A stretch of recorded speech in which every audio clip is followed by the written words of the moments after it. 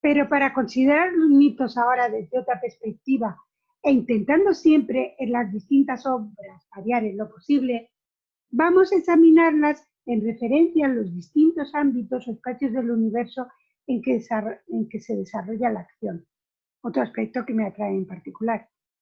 Ello, en cuanto al aspecto mítico, tiene una importante dimensión cosmológica universal y desde el punto de vista teatral se presta a una cuidadosa planificación de las diversas iconografías en expresión de las diversas escenografías en expresión y símbolo del mundo al que corresponde.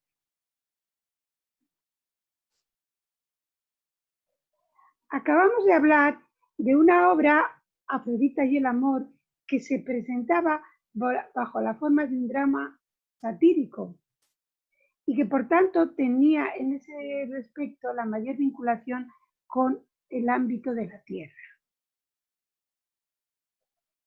Porque Afrodita y el amor, inspirada en el himno médico Afrodita, era una obra, además de ser un musical por una parte también, por otra estaba concebida como un drama satírico.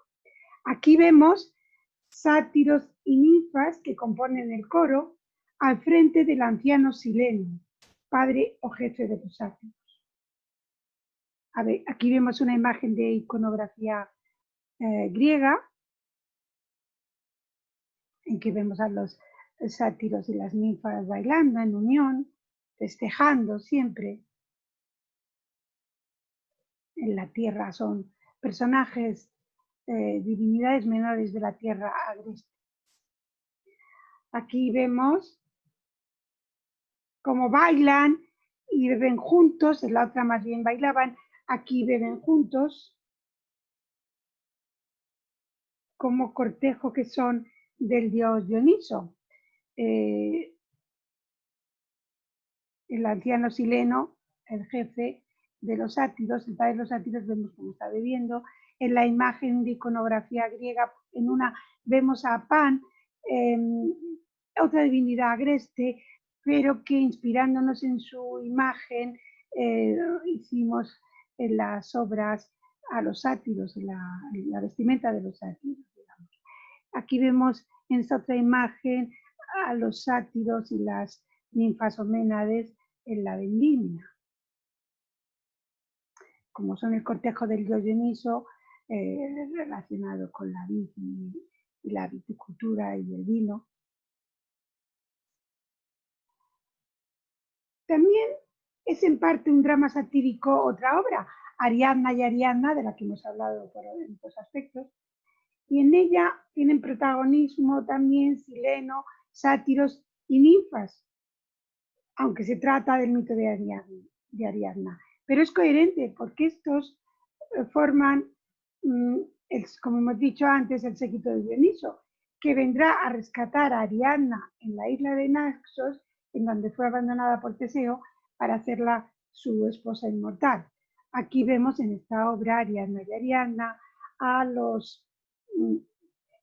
la ninfa y al sátiro correspondiente en unión amorosa. Vemos imágenes de la iconografía griega paralelas.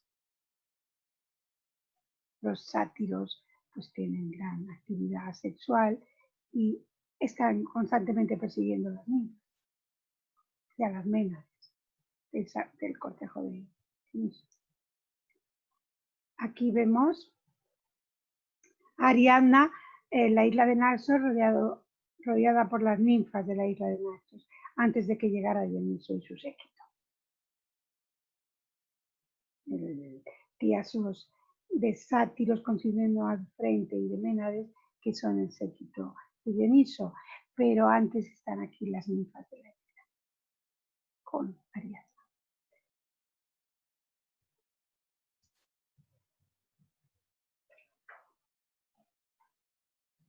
Pero además de estos personajes, divinidades menores de la tierra agreste, también en otras obras la acción transcurre en la tierra tanto la tierra de los héroes y las personas, de los humanos, como la tierra agreste, que ahora hemos visto, dominio de ninfas y sátira, pero además también en otros casos la acción transcurre siendo protagonistas monstruos u otros seres extraordinarios, como las amazonas, cuyo dominio también es la tierra, pero la tierra no civilizada, la tierra salvaje en cierta manera.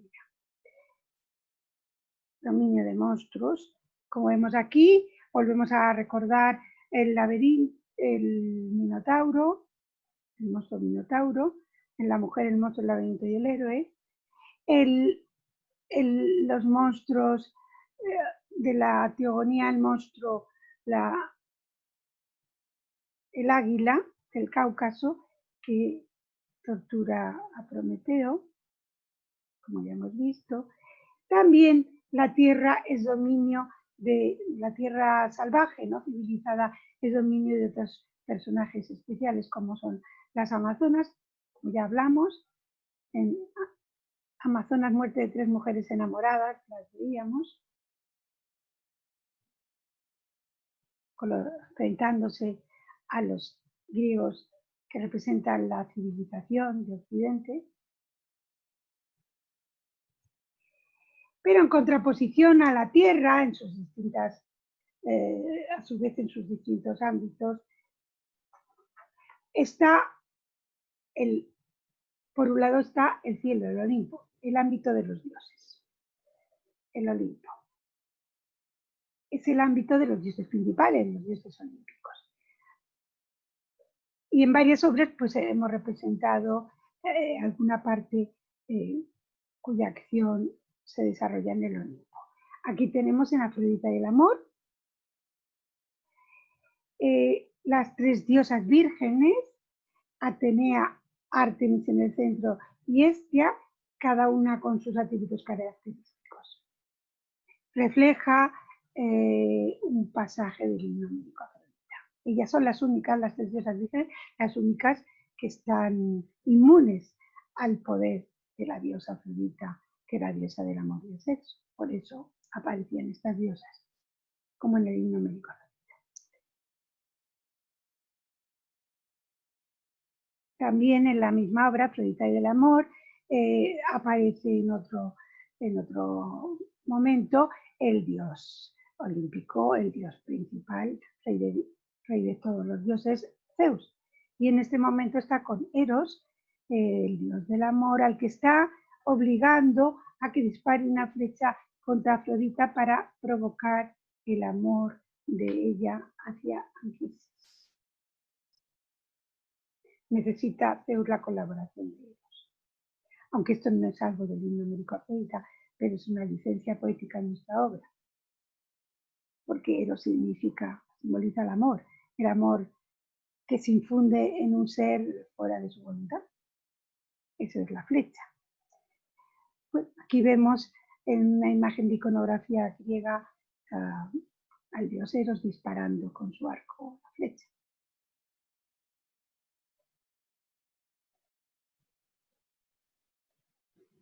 Aunque, hablando del himno médico Afrodita y de nuestra obra Afrodita y el amor, precisamente el Olimpo y el cielo es un escenario en contraposición con todos los otros espacios. No estamos hablando de eso, la contraposición de espacios, puesto que en esta obra, tal como en el himno médico Afrodita, se dice que la diosa ejerce su dominio precisamente sobre todos los ámbitos, sobre la tierra, acabamos de verlo, los sátiros y ninfas, y los hombres. La historia de amor entre Afrodita y Anquises sucede en la tierra, en el monte Vida de Troya, y además también su dominio lo ejerce sobre el mar, y en la obra Afrodita del amor hay escenas en el mar con la diosa Tetis, y por otra parte en el Hades también hay escenas en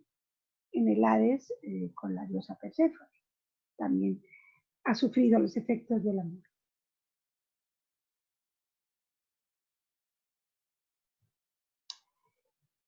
En otra obra, La decisión de Perséfone, también aparece el mundo de los dioses, el Olimpo o cielo. Aquí vemos una asamblea, sobre todo aquí, aunque la foto es borrosa, se ve Zeus sentado en su trono con su cetro en situación de mando, los dioses olímpicos, los demás dioses le rodean, pero él es el principal en las asambleas que tanto aparecen, por ejemplo, sobre todo en la Ilíada, también en la Odisea. Zeus siempre preside las asambleas. Aquí les vemos a los dioses olímpicos. Los dioses olímpicos, todos los 6 dioses olímpicos de primera generación, o Crónidas, hijos de Crono, aparecen en esta obra. Uno es Hades, que no está aquí porque está en el Hades, en el mundo subterráneo, pero es también hijo de Crono. Otra es Deméter, que es la que sufre la situación de la desaparición de su hija y está en el lado izquierdo, enfadada, aislada en su trono. Y luego los otros 4 hijos de Crono, los hermanos dioses olímpicos de primera generación. Zeus, Hera, Poseidón, el dios del mar, y Hestia.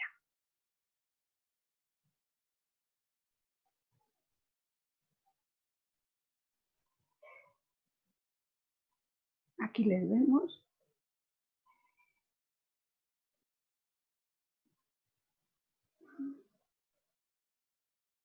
En esta obra, pues como hemos visto, también se ve en oposición al cielo el Hades, que están incluso en el mismo, en el escenario dividido, el otro lado es el Hades, y también hay oposición al otro mundo, el de la tierra, puesto que los hombres forman parte importante de la acción de esta obra y en realidad del mito, puesto que son los que suben las consecuencias de la hambruna que provoca Deméter al desatender su tarea de producir el grano. Entonces aquí vemos la oposición de los 3 mundos, bastante claramente. Aquí, en esta otra obra, cuando los monstruos dominaban la tierra, volvemos a situar parte de la acción en el Olimpo. Estos son los dioses olímpicos, como antes vimos, que están ante Pandora, recién creada por el dios Hefesto, el dios artesano, y aquí les vemos. Pero en la obra se ve ese mundo de los dioses contrasta con la tierra, precisamente la tierra es por un lado la tierra salvaje, dominio de los monstruos, por otro lado la tierra ya civilizada, que irá civilizándose poco a poco con el origen del hombre, que en esta obra precisamente pues una escena es el nacimiento de los hombres en la tierra. Su existencia se origina entonces. Frente, en antítesis tanto a la tierra en su superficie, de la que ya hemos hablado, como al resplandeciente Olimpo, hay que situar el Hades. El mundo subterráneo, morada tenebrosa de los muertos. Ya habíamos presentado alguna obra en que parte de la acción se desarrollaba en él y en torno a sus divinidades. Como en Afrodita y el amor, aunque no sea una parte grande, aparece el mundo de los muertos y aparece entre ellos su reina, la diosa Perséfone.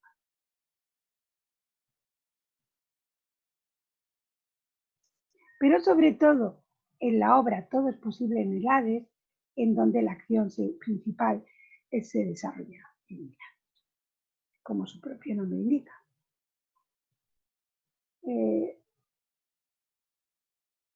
En el Hades es donde se encuentra Alcestis, donde va a ir Alcestis desde el principio de la obra.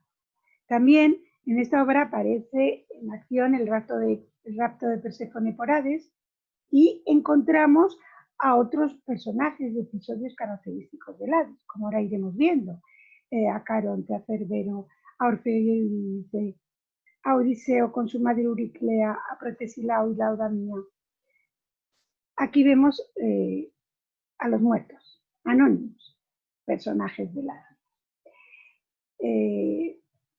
estos muertos pues son la obra tiene parte de versión paródica y como vemos pues son más bien grotescos y paródicos. Aquí vemos en la misma obra cómo Alcestis llega al Hades y los muertos la acogen mal, la acogen como una intrusa, puesto que ella notan que no es verdaderamente una muerta. Se nota por su indumentaria de ser viviente, porque ella va a resucitar.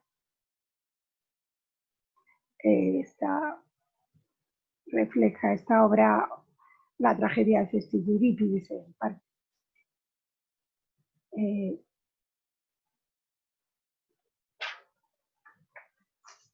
Otros personajes, como hemos dicho, característicos del Hades van apareciendo en la obra. Caronte, tema Caronte. Caronte es otro personaje esencial en el contexto del Hades y es relevante en la acción de la obra. Aquí conduce a los difuntos en su barca a través de la laguna infernal, la Estige o Estigia, en cumplimiento de su misión. Vemos la imagen griega de Caronte con aspecto rústico. Hemos intentado imitar en parte de aspecto. Imágenes griegas de Caronte con Hermes que le lleva las almas de los muertos, por eso es Hermes psicofompo, conductor de almas. Ese aspecto rústico con el remo, que es su atributo. Aquí vemos imágenes de los muertos en la barca de Caronte, negros y siniestros, son ya difuntos, conducidos por Caronte. Aquí vemos a los difuntos, pero un cambio de actitud. Ahora sonríen y están como embelesados realmente por la música de Orfeo, puesto que en esta escena Orfeo monta en la barca de Caronte para ir al Hades a buscar a su amada Eurídice, que ha muerto. Entonces entramos ahora en el tema Orfeo, otro personaje absolutamente característico del Hades. Personaje que baja al Hades vivo y vuelve. Lo que es la típica catábasis, descenso al Hades de un ser vivo y que vuelve otra vez a la vida, cual es insólito. Escenas de Orfeo embelesando a los muertos que están en la barca de Caronte. Más escenas, bailan incluso, ríen, mientras toca su música Orfeo. Aquí vemos imágenes griegas de Orfeo.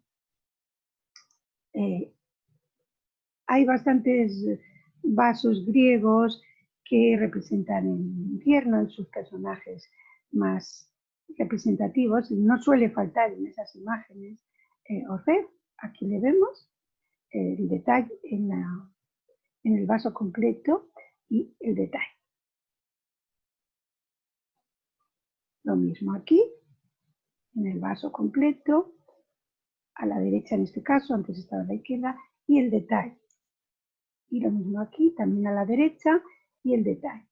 Siempre en estas imágenes, en el centro, están los reyes dioses en un templete, su palacio, se supone, como antes habíamos visto, el dios Hades y la reina Perséfone.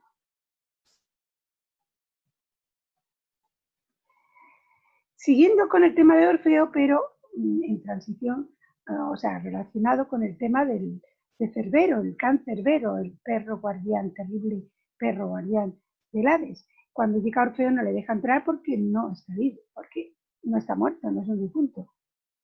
Cerbero, su función es no dejar entrar a los vivos y, por supuesto, no dejar salir a los muertos. Por eso es el perro guardián. Hasta allí le había conducido a Orfeo Caronte, como vemos en la imagen. Sin embargo, Orfeo con su música cautiva a todos los seres del universo, incluido el perro Cerbero, al que vemos en distintas imágenes como poco a poco va amansándose, durmiéndose y le deja entrar, por tanto, para él. Vemos una imagen griega entre las numerosas que hay del perro Cerbero, que suele representarse con 3 cabezas o con 2. Suele aparecer en la iconografía cuando Heracles baja al infierno a llevárselo, a robarlo. Pasamos también, relacionado con el tema de Orfeo, por supuesto, al tema Eurídice. Aquí vemos como Orfeo, como Caronte, el barquero, lleva a Eurídice en su barca para trasladarla a Hades, puesto que ella ha muerto el día de su boda con Orfeo. Aquí la vemos, como la hace entrar en el Hades. Está muerta.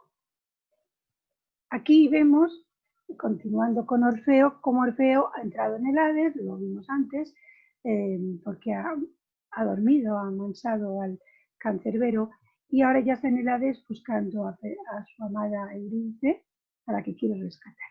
Habla con los dioses del infierno y consigue convencerlos también con su música de que se la lleven de vuelta a la vida, pero le imponen un tabú. No debe nunca mirar atrás hasta que no estén en la tierra. En la vida no debe mirar atrás para comprobar si Eurídice va con él, porque ella va detrás y él no la ve, no la siente.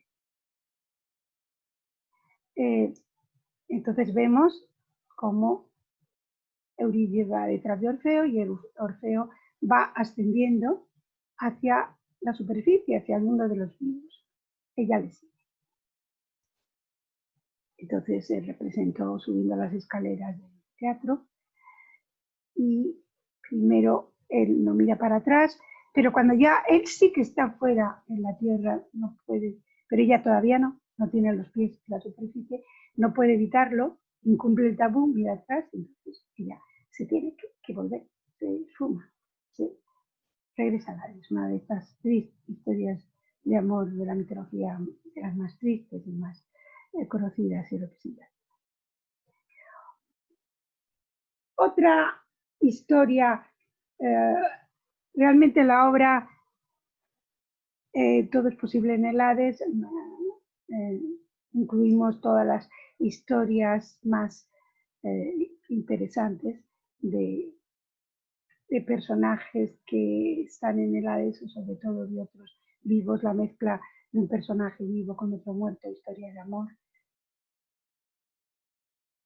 Otra muy interesante, aunque no tan conocida, es Protesilao y Laodamia. Protesilao es un guerrero griego que fue a la guerra de Troya y es el primer muerto en la guerra de Troya. Su esposa Laodamia, recién casada con él, suplica a los dioses infernales que permitan que él la visite por unas horas. Y los dioses acceden. Él vuelve, ahí lo vemos, se encuentran, pero es un breve encuentro, tiene que volver. Los muertos arrebatan a Protesilao, como debe ser, por mandato de los dioses infernales y de la naturaleza, y ella se queda desesperada llorando. Luego ya terminará suicidándose para ir con él. Otro tema muy interesante que se desarrolla en el Hades entre un vivo y un muerto es el encuentro de Ulises con su difunta madre Odisea en el Hades. Según la Odisea cantó, Ulises va al Hades, no exactamente entra en el Hades, sino en el umbral del Hades, se entrevista con los muertos porque para saber la manera de volver a Ítaca tiene que preguntarle a la divina Tiresias que está muerto. Entonces diversos personajes de difuntos se encuentran con él y hablan con él, y entonces entre ellos está su madre, Anticlea, me he equivocado al escribirlo, Anticlea, Euriclea es la nodriza, Anticlea, la madre de Ulises, Anticlea. Se ven desde lejos primero, se acercan, se encuentran y hablan. Entonces él se da cuenta, él no sabía que su madre había muerto. Su madre ha muerto esperándole y ella se lo dice. Entonces nos imaginamos la desesperación y tristeza del héroe.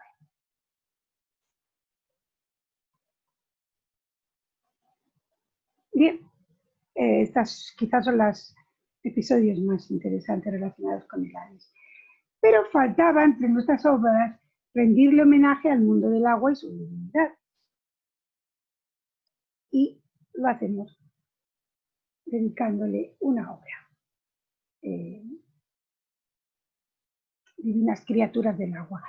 Pero antes de esa obra que le dedicamos, ya antes, de manera con mucho menor protagonismo, aparecían algunas divinidades del agua.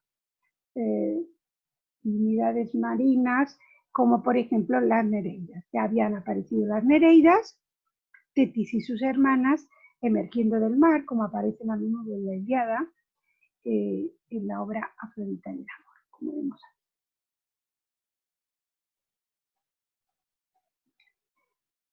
La Nereida Tetis también aparecía en Troya, los horrores de la guerra, puesto que Tetis es la madre, es la madre de Aquiles, y aquí aparece en esta imagen en el momento de su boda con el mortal Peleo, que engendrarán al héroe Aquiles, el principal héroe de la guerra de Troya, de los griegos.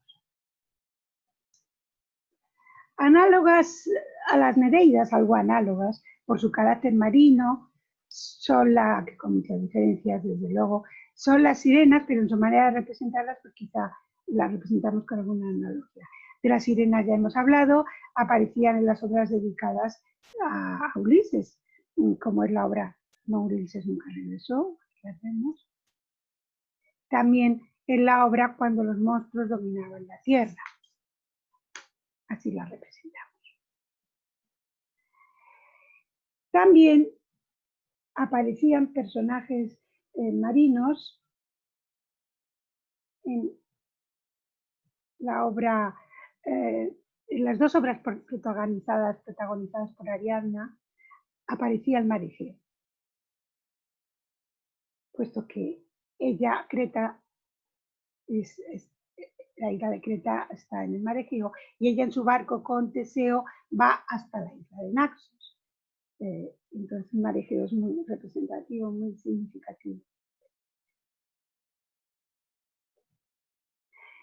En un caso, el mar Egeo, como en esta, la mujer, el monstruo, el laberinto y el héroe, la acción se sitúa en Creta, en el laberinto, vemos aquí, el mar Egeo lo representamos como un personaje femenino y está en Creta tendida al borde del escenario delante del laberinto de Creta. Pero en la otra obra, Ariadna y Ariadna, que la acción se desarrolla en Naxos, es decir, ella ya ha ido desde Naxos, pero separado por el mar Egeo. Ahí representamos a Egeo como un personaje masculino, lo cual es importante porque ella, al final de la primera parte de Ariadna y Ariadna, por eso se llama Ariadna y Ariadna, porque son dos Ariadnas con un final diferente, significando las muchas variantes que hay en este tema. En la primera parte, Ariadna se termina suicidando arrojando al mar. Entonces está simbolizado porque el mar Egeo abajo del escenario la está todo el tiempo un poco acosando, llamando, atrayendo. Al final él sube al escenario, baila con ella una danza de muerte, digamos, y después la arrastra con él al mar. A sí mismo, ¿no? En un suicidio.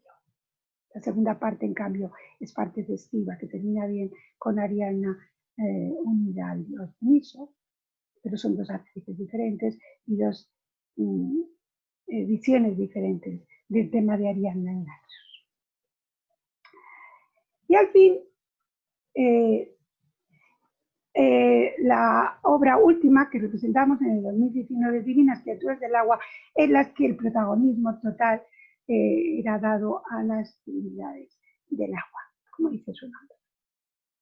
También son personajes importantes, otros personajes, pero relacionados siempre con el agua o con la trama de la obra en que son protagonistas, las diosas del agua. En el prólogo que aquí vemos,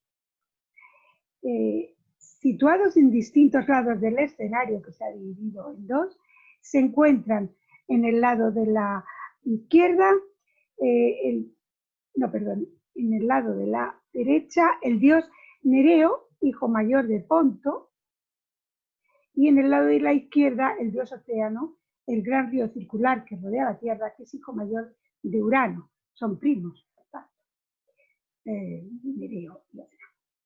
Se hallan con sus hijas respectivas, Nereidas y Oceánides. De modo que se oponen las divinidades del mar, las Nereidas y Nereo, a las de agua dulce. Océano, que no es el mar, es un río, un gran río de agua dulce, y sus hijas las Oceánides, que representan todas las aguas de tierra, las lagunas, fuentes, etc. Y son hermanas de los ríos, son divinidades de agua dulce. Se oponen además, buscando las características más humanas y realistas de los personajes, dos tipos diferentes de mujer, porque las Oceánides, cuya personalidad individual es poco significativa, excepto la laguna Estige, solo tienen presencia los mitos como esposas de un dios importante, de Zeus o Helio, por ejemplo, o como madres de Atenea, de Atlas y Prometeo, de las Gracias, etc. Frente a las Nereidas, que al revés, viven libres, sin el yugo conyugal, junto a sus padres y hermanas, prolongando indefinidamente su situación de niñas. Ambos coros de Nereidas y de Oceánides se enfrentan y defienden sus posturas respectivas.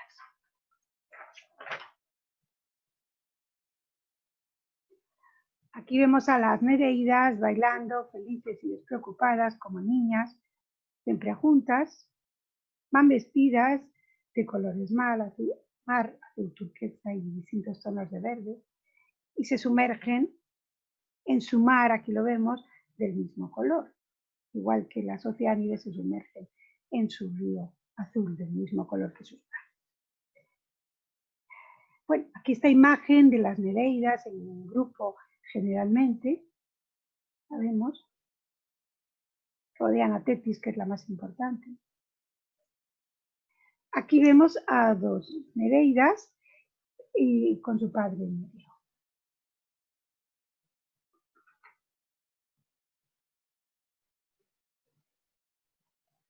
Aquí vemos en el otro lado del escenario a las Oceánides vestidas de tonos de río, azul, plata, a su padre Océano lo mismo, y están sumergidas en su agua color azul, simulando el agua de un río. La que está de pie distinta es que es la laguna Estige, aquí la vemos, o Estigia más vulgarmente. Esta es la laguna infernal, personificación de la laguna del infierno, que está entre el mundo de los vivos y el mundo de los muertos, la que tiene que atravesar Caronte Parca precisamente. Y por eso no va de azul, sino que la hemos vestido en tonos grises, gris oscuro, distintos tonos de gris, como aquí vemos. Y se sumerge ella en su propio agua, en la laguna que ella personifica del mismo color gris que su vestido. Ella emergerá en el acto final de su agua, de su propia agua. Avanzando la acción, dos de las Nereidas se individualizan, como es en los mitos, y se convierten en las principales protagonistas de la trama, Tetis y Anfítrite, que sí llegaron a ser, al contrario que las otras Nereidas, esposas y madres, de lo que proviene además su relevancia principal. Tetis, la madre de Aquiles, y Anfítrite, pues la esposa de Poseidón, el rey del mar, madre, por ejemplo, de Tritón. Las hermanas Nereidas, Tetis y Anfítrite, son pretendidas primero la una y después la otra por Poseidón.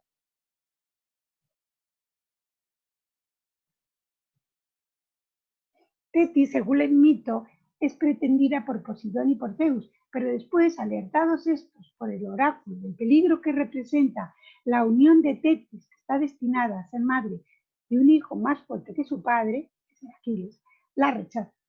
Para alejar entonces ese riesgo de cualquiera de los dioses, la obligan a casarse con el mortal Peleo.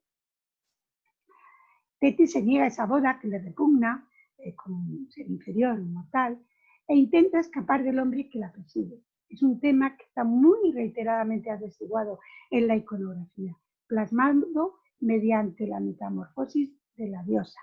La diosa se metamorfosea para huir del mortal, como ahí vemos en la imagen griega, serpiente, león y otras fieras, después en una catarata que le intenta ahogar, en fuego que intenta devorarle, pero Peleo resiste porque los dioses le han prometido que si resiste se casará con la diosa. Y ella finalmente termina rendida, aceptando y enamorándose, se supone, del mortal. Y de esa unión nacerá el gran héroe Aquiles, casi inmortal, casi invulnerable. Bueno, esas imágenes de Peleo intentando, abrazándose a Tetis para conseguirla, lo hemos intentado reproducir en la obra de teatro y ahí vemos la fotografía imitando la iconografía griega. Otra imagen en que Peleo abraza a Tetis, a veces están solos como en esta, a veces están rodeados de las Nereidas, las hermanas de Tetis.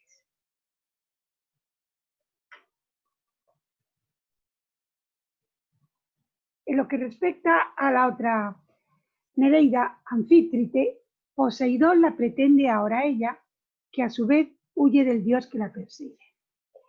Aprovechando esos datos esenciales del mito, hemos seguido, lo hemos respetado, pero con una trama en la que destacan dos características casi siempre muy importantes en nuestras obras.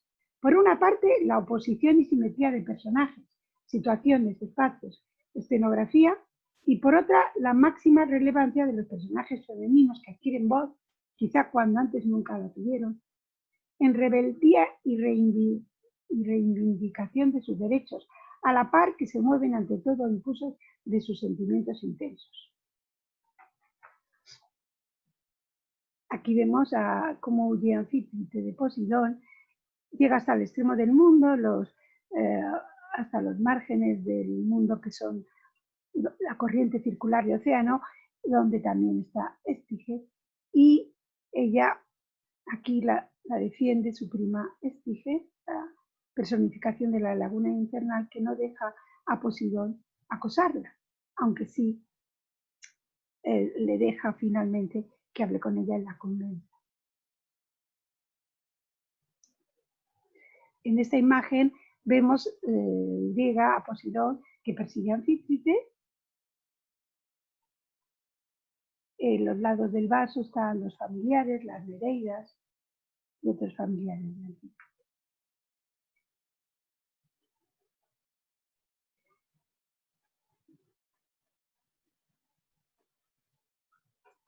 Estas mujeres en particular, aquí vemos a las dos, que han llegado por un lado Tetis, por otro lado Anfítrite, a los extremos del mundo, huyendo del pretendiente respectivo que la persigue.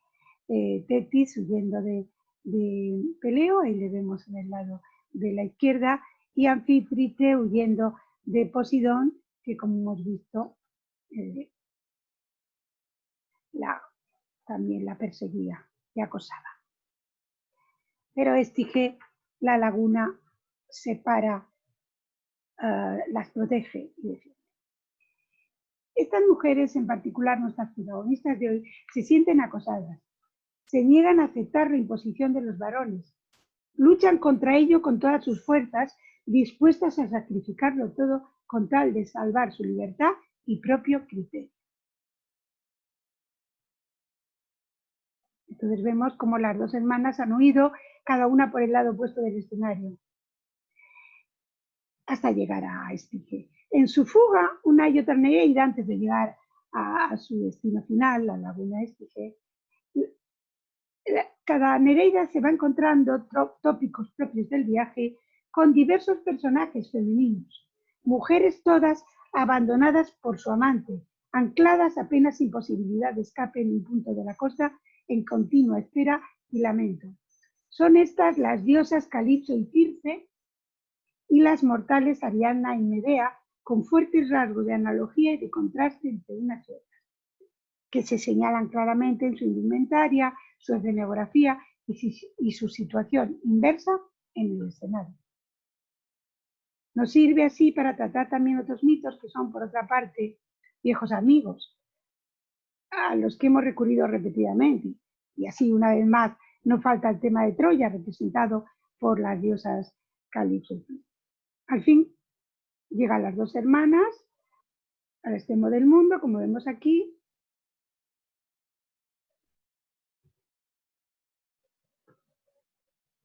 Aquí vemos ahora a Posidón, que llega buscando a Anfítrite, pero los dos enamorados las consiguen convencer, ya por las buenas, digamos, no con acoso, las convencen de verdad de su amor y ellas pues aceptan ese amor y lo corresponden, como vemos aquí. No las vencen con violencia y acoso, sino que las convencen, mostrándoles su amor sincero.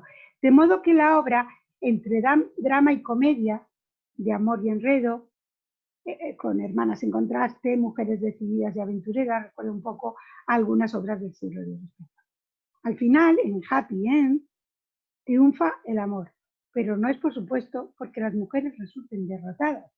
No es que hayan claudicado y hayan recuperado la cordura tras su loca fuga y aceptado sumisas y obedientes al esposo que se les imponía contra su voluntad. No, como dice Tetis a su padre Medeo, casi en las palabras finales de la obra, aquí vemos a Medeo contento porque sus hijas han aceptado a su enamorado, pero le dice Tetis a su padre, padre, yo no he aceptado a Peleo por sumisión y cordura, sino más bien por locura, me he enamorado de él. Las mujeres dicen la última palabra, se impone su voluntad, triunfa el sentimiento.